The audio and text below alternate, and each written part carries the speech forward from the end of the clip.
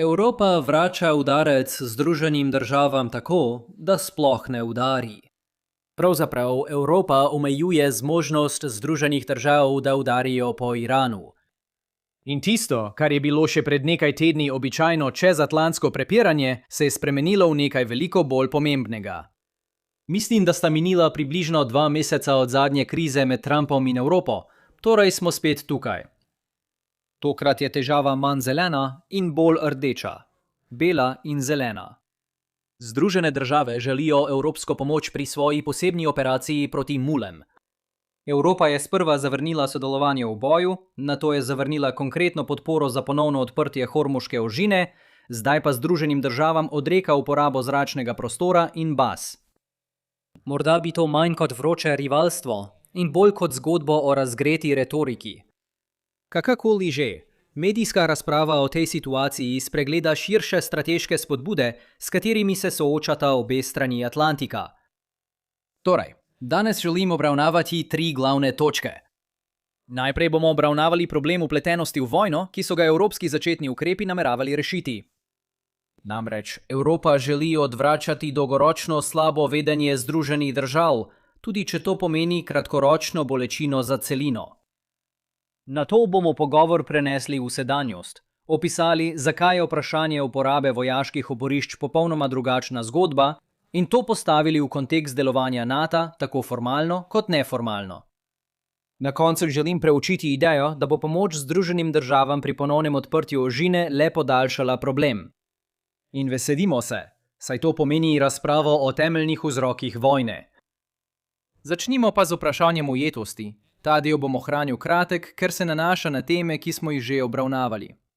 Na kratko, ujetost se zgodi, ko država začne vojno, zaradi česar se njen zaveznik pridruži boju, čeprav bi si zaveznik želel, da do vojne sploh ne bi prišlo.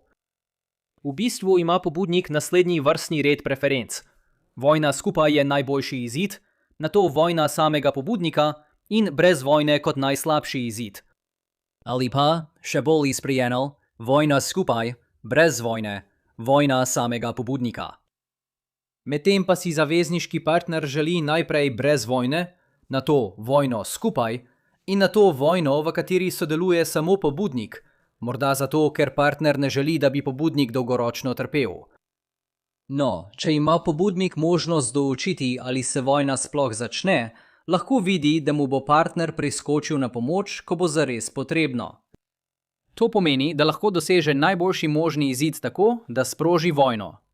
In, kot pove že ime, pobudnik sproži vojno.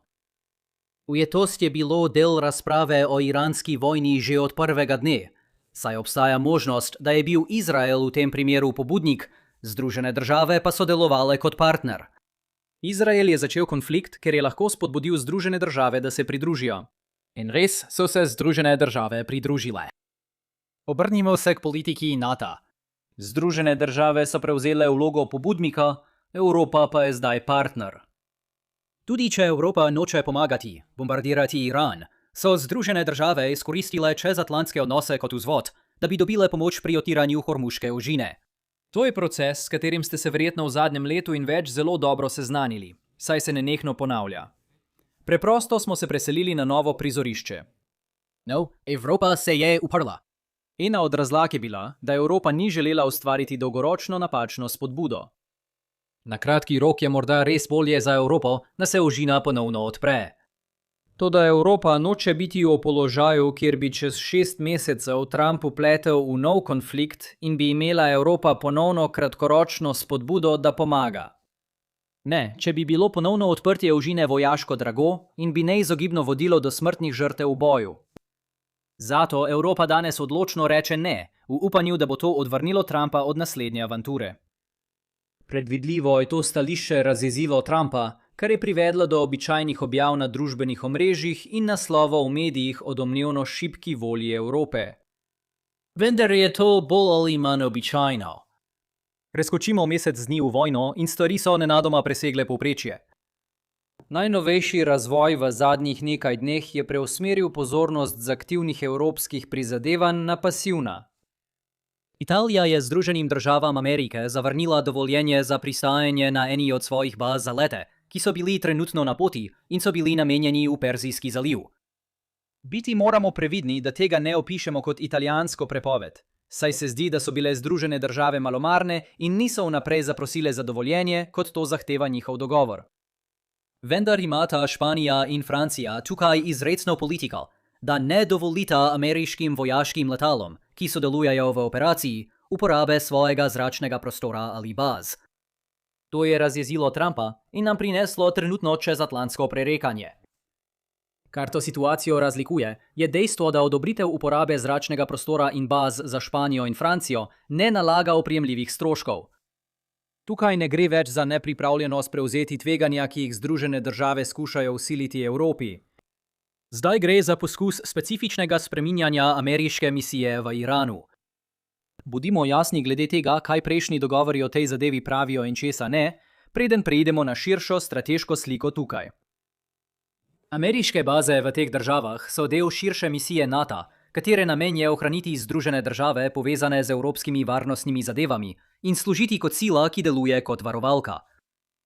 Vendar Severnoatlantska pogodba zavezuje zaveznike, da si pomagajo le v primeru napada na območju Severnega Atlantika. Po svoji naravi je obrambna, da bi se izognili prej omenjeni nevarnosti, da bi bili potegnjeni v vojno. Omejena je na geografsko območje, prav tako za podporo tej obrambni nalogi in da se neposredno ne spodbuja pustolovskih zunanjih politik. No, v območju Severnega Atlantika ni bilo nobenega napada, zato ni nobene obveznosti po pogodbi za podporo. Kot vedno imajo zavezniki NATO svobodo, da po lastni presoji dvostransko pomagajo pri vprašanjih, kar je tudi razlog, da je koalicija voljnih končala v Iraku.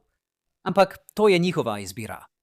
Čeprav je bila Trumpova administracija razočarana nad pomankanjem prostovoljne pomoči Evrope, je do vrhunca pripeljala tudi zavrnitev zagotavljanja pasivne pomoči.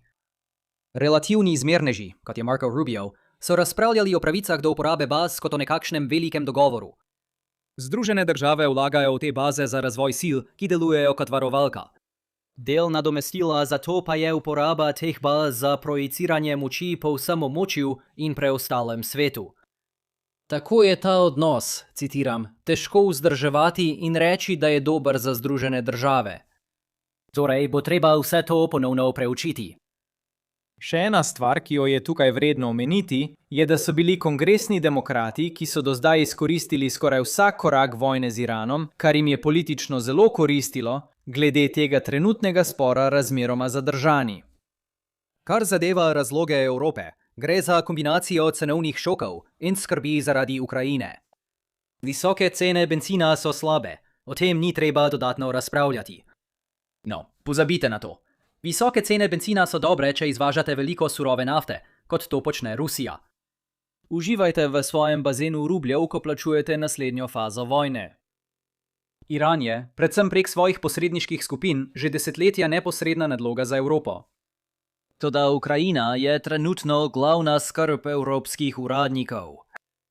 Seveda, Ukrajina trenutno bombardira vse ruske izvozne terminale do popolnega uničenja, vendar bi bilo še vedno bolje, če bi bile cene surove nafte nižje za tisto nafto, ki vseeno uspe priti ven. Z tega vidika je bolje, da se Hormuška ožina čim prej ponovno odpre. In tako, Evropa zdaj izvaja pritisk, da bi Združene države končale vojno. Če zdaj pogledamo na veliko tablo, ni težko videti, da bi bila situacija v Ukrajini boljša, če iranska vlada ne bi bila več na oblasti. Navsezadnje je to posredna nadloga pri večjem vprašanju. Brez vrhovnega voditelja ni več sodelovanja z Rusijo in posledično ni več posredne škode za Ukrajino. V tej luči, če želite pritiskati na Združene države, da izboljšajo situacijo, morate resnično računati na to, da bo to privedlo do hitrega dogovora za končanje konflikta. Če do tega ne pride, potem samo povečujete možnosti, da iranska vlada preživi. Nažalost nas to pripelje do naše najljubše table logičnih vrzeli. Faza 1 je, da Evropa prekine pomoč. Faza 3 je, da se doseže dogovor. Kadarkoli pokažem podobno različico tega diapozitiva, ni namen reči, da prva faza ne more voditi v tretjo fazo. Pogosto lahko, pod določenimi pogoji. Težava je v tem, da če teh pogojev ne določite in na to ne preidete skozi logiko ustreznega argumenta, v resnici nimate strategije. Imate upanje in molitve, ki pa niso valuta v kraljestvu logike. Navsezadnje, če se osredotočimo na tretjo fazo, dogovor o določenem poravnavnem izidu, vsi zdaj že vemo, da o vojni ali miru odloča prisotnost pogajalskih ovir. Pravzaprav je prvi učinek ponujanja pomoči, oziroma natančneje odrekanja logistične podpore, ta, da so Združene države manj verjetno, da bodo zmagale. To samo po sebi nas ne pripelje nič bližje koncu vojne. Vse, kar bo to naredilo, je, da bo zmanjšalo zahteve, ki jih Združene države postavljajo na mizo, in za natanko enak znesek povečalo zahteve, ki jih Iran postavlja na mizo. Ni napredka. Zdaj, hipotetično, če bi do dogovora res prišlo, to za Evropo ni nujno slabo, da je Iran dosegel dogovor z izboljšano pogajalsko močjo. Vojna je draga tudi za Evropo, zato bi morda raje sklenila dogovor, da se izogne tem stroškom. Položaj Ukrajine je lahko še vedno boljši, kljub povezavi med Rusijo in Iranom. Vendar moramo še vedno natančno določiti, kako pravzaprav okrepitev Irana pripelje do rešitve, ki prej ni bila mogoča. Vidim načine, kako bi lahko ta logična povezava delovala. Na primer, če bi bil Iran negotov glede svojih vojnih možnosti, če bi Evropa pomagala v konfliktu, vendar bi imel natančne informacije, če bi vojna ostala omejena na regijo, potem čestitke. Pravkar ste odpravili informacijski problem. Ko je ovire v pogajanjih odpravljeno, bo dogovor kmalu dosežen. Ampak lahko tudi vidim, kako bi to lahko imelo nasproten učinek. Recimo, da se Združene države borijo, ker še vedno upajo, da bo oslabljen režim po koncu konflikta padel zaradi protestnikov. In upoštevajte, da je sporočilo, ki ga CENTCOM še vedno pošilja iranskemu ljudstvu, naj počakajo, zato je to verjetno. Potem bodo Združene države nadaljevale bombardiranje, dokler obveščevalna skupnost ne bo menila, da je dovolj oslabila iranske varnostne sile, da bi lahko revolucija uspela. Evropsko zavračanje uporabe baz ta proces samo podaljšujejo. Poudarek je na tem, da nisem tukaj, da bi vam povedal, da Evropa dela napako. Pravzaprav sem tukaj zato, da povem, da je strategija slabo opredeljena in da je težko za kogarkoli izmed nas vedeti, ali bo delovala. Saj veste, spomnite se, da le 2 državi ne dovolita uporabe svojih baz, medtem ko so druge pripravljene pomagati, čeprav ne nudijo vojaške pomoči. Tako tudi ni jasno, ali ima Evropa jasno opredeljeno strategijo. Če pa želite izid, kjer se ožina hitro odpre, bi morali tudi vi zahtevati pojasnilo, kako natančno menijo, da bo ta strategija delovala. Torej, za vaše zaključne misli. Nekatere evropske države celo odrekajo pasivno podporo ameriškim prizadevanjem v Iranu. Cilj tukaj je prisiliti Združene države, da čim hitreje končajo vojno. Toda to, kar določa, ali se vojne končajo, je razrešitev pogajalskih trenj, ki so jih povzročila, in ni jasno, kako te države povezujejo strategijo s tem izidom. Kot kaže, smo ujeti v časovno zanko. Evropa in Trump imata nesoglasje. Trump izbruhne, kar povzroči čezatlantske napetosti za vse. PS.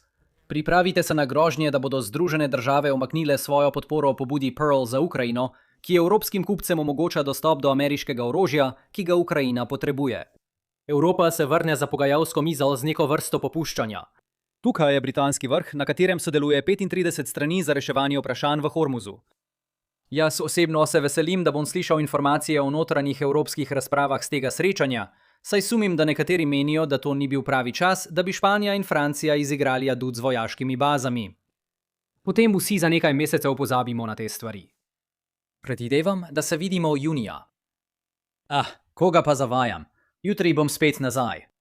Opravičujem se, ker nisem naredil vprašanj in odgovorov, za katera sem včeraj zbiral vprašanja. Včasih se preprosto pojavijo nove stvari. Vprašanja pa shranim za takrat, ko jih lahko obdelam.